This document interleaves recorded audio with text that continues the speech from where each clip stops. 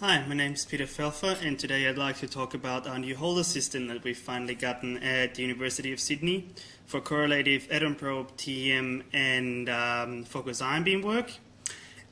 And this is actually an iteration of the system that we've been working on we've been working with for a while now. So it's this little neat holders here that can go into either the LEAP atom probes. So I haven't tried it in any other atom probes.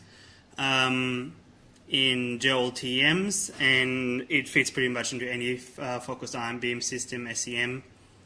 And it's now become pretty much the standard that we work with here. So if we make atom probe samples with the VIP, we use those.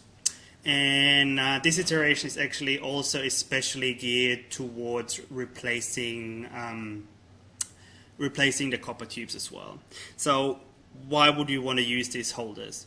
Well, first of all, it can take wire-shaped samples and it can take disc-shaped samples. And as you might or may not be able to see here, this is done via a slot on the side here, where you can put in a wire-shaped sample. So that's changed from the old ones. And also the other reason why we want to use these holders is lab management, simply. Because as you can see here, may or may not be able to see here, all of our new holders have a 3-digit code engraved. So every holder, every sample is unique and can always be tracked in the lab. It comes with this neat block, alignment block and loading block here. That's been designed by our FIP technician Steve Moody. Actually, this time I haven't designed the holders myself anymore. It's been Steve Moody who's designed them. And they're by now, I think, over the original ones that I've made back in Austria. This is the 6th or 7th iteration. And working with them is actually fairly simple. So as you can see here, you've got the loading block, and you've got two positions in the loading block. Here, this is the position for wire-shaped samples. This is the position for disc-shaped samples. And if you want to load your sample, all you need to do is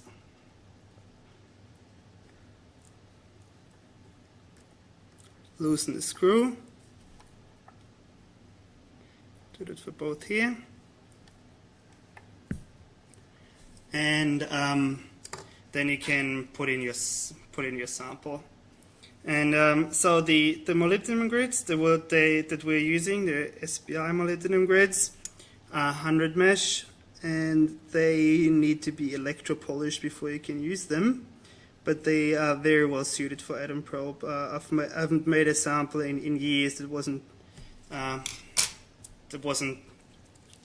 sample like this.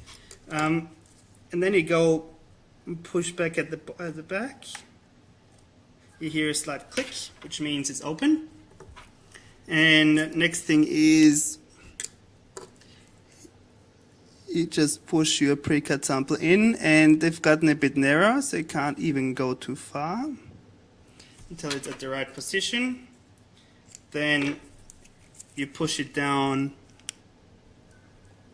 in the middle part, and you close the screw. And that's all there is to it. And now you've got your sample loaded. All you need to do is electropolish them, electropolish your sample, electropolish your grid, and you've got your pins ready.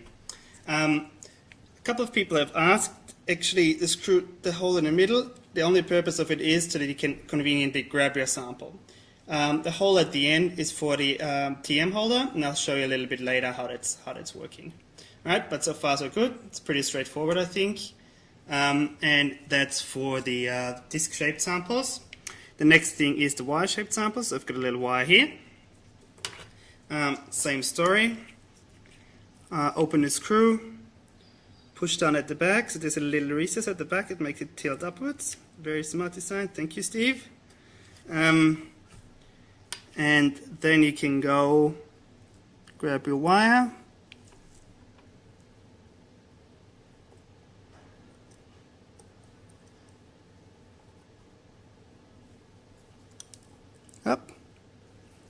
Where did my wire? Oh, there it is.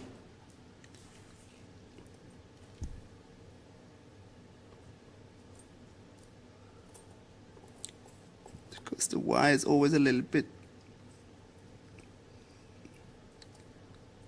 more fiddly. Give me a moment and I will be able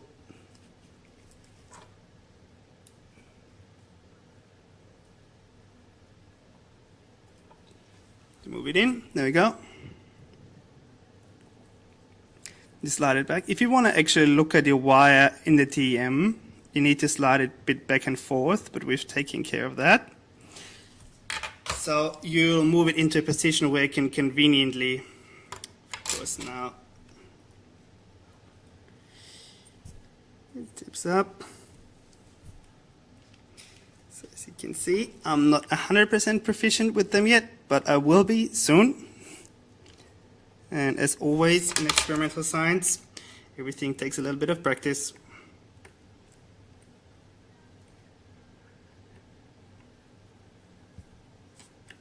There we go. So I've got it screwed in. And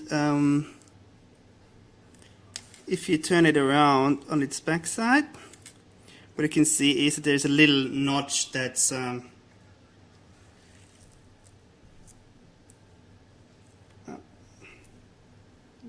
close. There's a little notch that runs along the side of the holder that aligns with the slot at the front.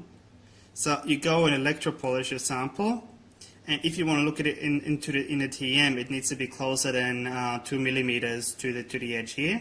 It used to be a little bit hard to do with the old holders, but with the new holders, you just put them in. Somewhere where they're fixed. Grab your sample at the end, open the screw just slightly, and pull it down gently so that it's right at the right position.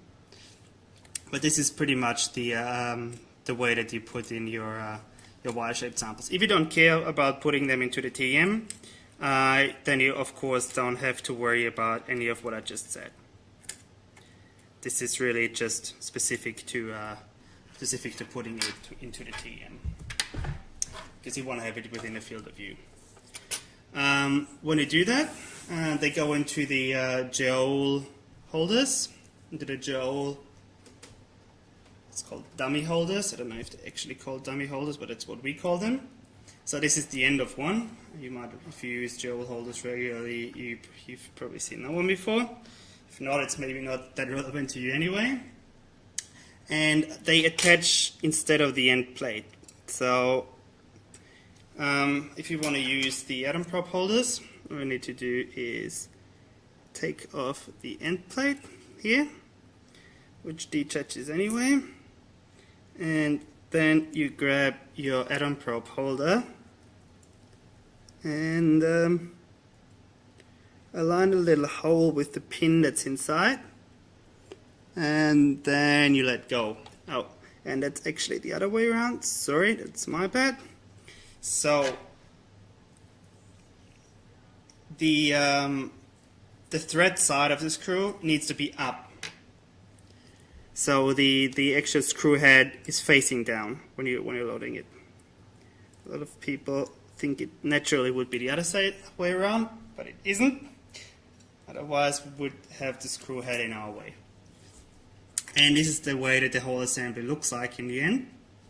So just turn it on the side and check that everything's properly aligned, that the pin's in place, and make sure it's not swiveled to the side. If you have the wire-shaped sample, then it is sometimes okay to sort of swivel it a little bit to the side like this, so that the wire is on axis with the TEM tilt axis. You're not going to have an issue. When you load it into the TEM, make sure that you're not. So if you do that with the plate, your sample is well protected. So if you hit anything on the side, your sample's not going to take any damage. With this system, however, if you put it in and you hit anything, your sample's gone. And furthermore, if this is badly misaligned, so if you hit something on the side, say, and this would swivel like this way, you'd also have a chance to damage the microscope. So just be a little bit more careful when you put the sample in. We've never had any issue like that, but you'll never know. So yeah, this is our new set of holders for correlative atom probe, TM, and focused ion beam work, SEM work. We're very proud of them. If you have any questions, please contact us, and we'll see if we can help you. All right, thank you.